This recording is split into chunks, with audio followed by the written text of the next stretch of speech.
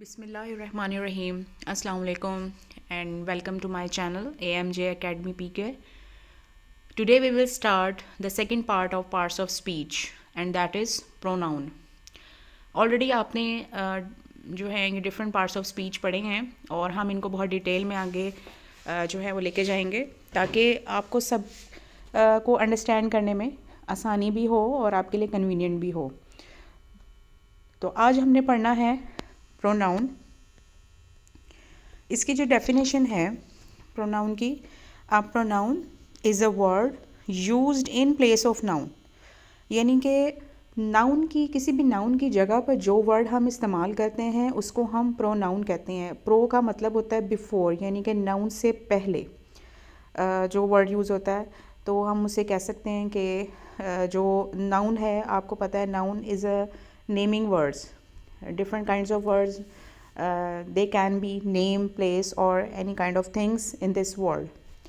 So for we can say to avoid inconvenience or repetition of the same word in a sentence, we use pronouns. For example, Ali is an intelligent boy. Ali जो है एक बहुत ही ज़हीन लड़का है, but he is not good player, लेकिन वो एक अच्छा खिलाड़ी नहीं है। अब अगर मैं यहाँ पे लिखती, ही जो है यहाँ पे मैंने हाईलाइट किया है इसीलिए कि आप इजीली अंडरस्टैंड कर सकें कॉन्सेप्ट को, कि अब अगर यहाँ पे अली ही लिखा होता, suppose Ali is an intelligent boy but Ali is not good player, ठीक है, ये ज़रा इनकन्वीनियंट लगता और प्रॉपर भी नहीं लगना था इसने। तो he in the sentence is substituting for the noun Ali, यानी अली की जगह पर जो हमने वर्ड यूज़ किया है वो ही है, और ये रेपिटिशन से और बोर्डम से बचने के लिए जो है हम यूज़ करते हैं, क्योंकि बार बार की रेपिटिशन से जो है वो सेंटेंस का जो इम्पैक्ट होता है वो भी बहुत अफेक्ट होता है। तो इसलिए प्रोनाउंस जो हैं वो डिफरेंट काइंड्स ऑफ प्रोनाउंस हैं जो हम यूज़ करते हैं डिफरेंट सेंटेंसेस में। काइंड्स ऑफ प्रोनाउंस हैं हमारे पास। Number 1, personal pronouns. Personal pronouns indicate the speaker, first person, यानी फर्स्ट पर्सन वो है जो कि खुद बोलने वाला है। Just like you can say I am the speaker because I am speaking with you people, तो आई एम फर्स्ट पर्सन, यानी कि जो मैं बात कर रही हूँ ये फर्स्ट पर्सन है।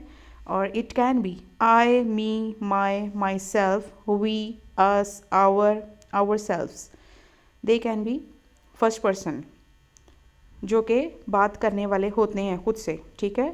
अब जब किसी दूसरे बंदे से बात की जाती है, जो फर्स्ट पर्सन अपने दूसरे बंदे से बात करेगा या दूसरे स्पीकर से बात करेगा, वो सेकंड पर्सन कहलाता है।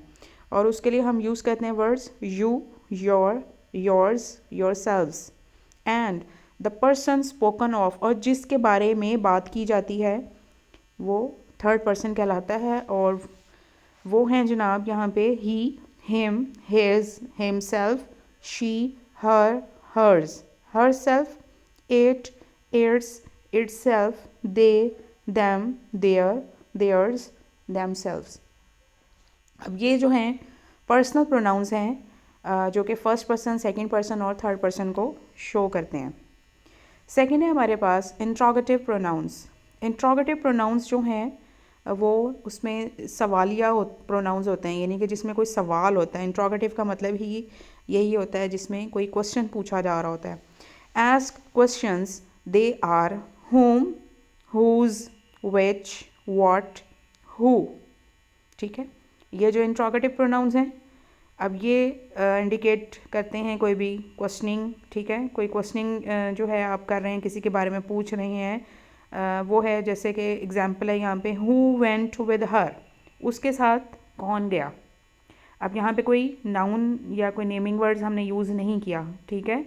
ये हमें इंडिकेट कर रहा है कि ये पूछ रहा है कि उसके साथ कौन गया है। अभी ज़ाहिर है जब नहीं पता आपको तो आपने यही कहना है ना कि कौन गया है, तो इसमें आप जब आपको पता होगा तो फिर आप कोई भी नाउन यूज़ करेंगे उसमें। With whom did she go, वो किसके साथ गई, ठीक है। यहाँ पे whom जो है वर्ड और ऊपर जो who है, दोनों इंट्रोगेटिव प्रोनाउंस हैं। उसके बाद जो नंबर 3 पे हमारे पास a relative pronoun.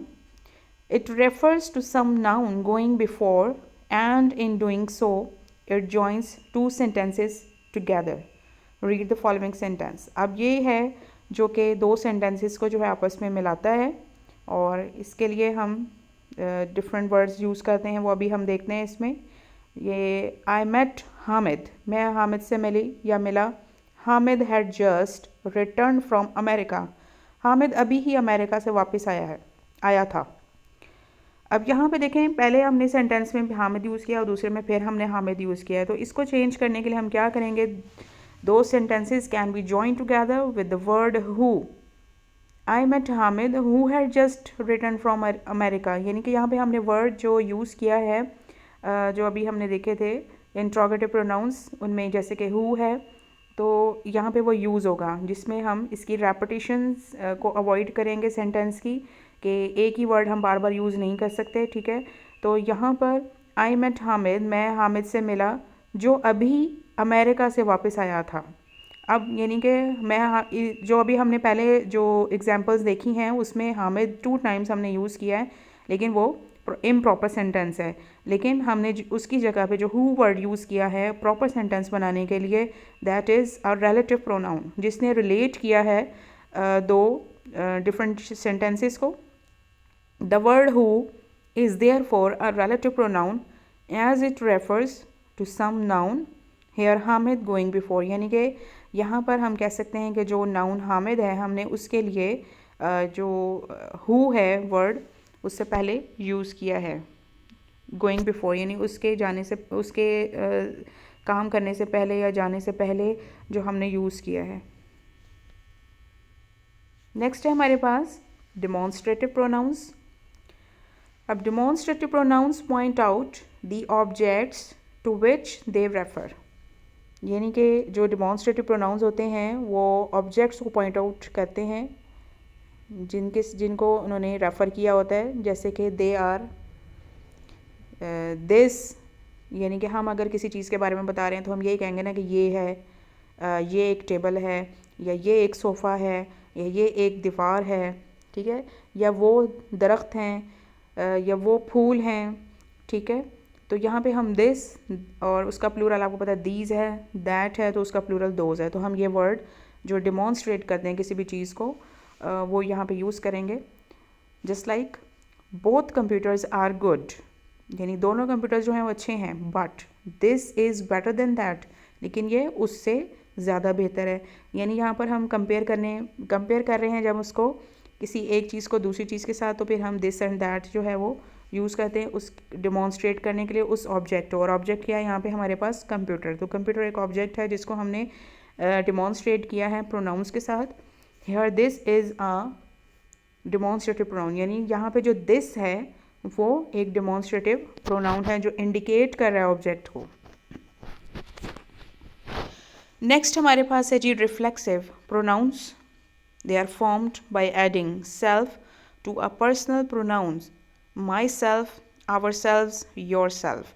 Reflexive pronouns जो हैं इसमें हम सेल्फ का इजाफा कर देते हैं, जो भी हमारे पास प्रोनाउंस होते हैं उनके साथ जब हम सेल्फ को ऐड कर देते हैं, जो कि पर्सनल प्रोनाउन के साथ, जैसे कि माई सेल्फ है, आवर सेल्फ है, सेकंड पर्सन है तो योर सेल्फ हो जाएगा।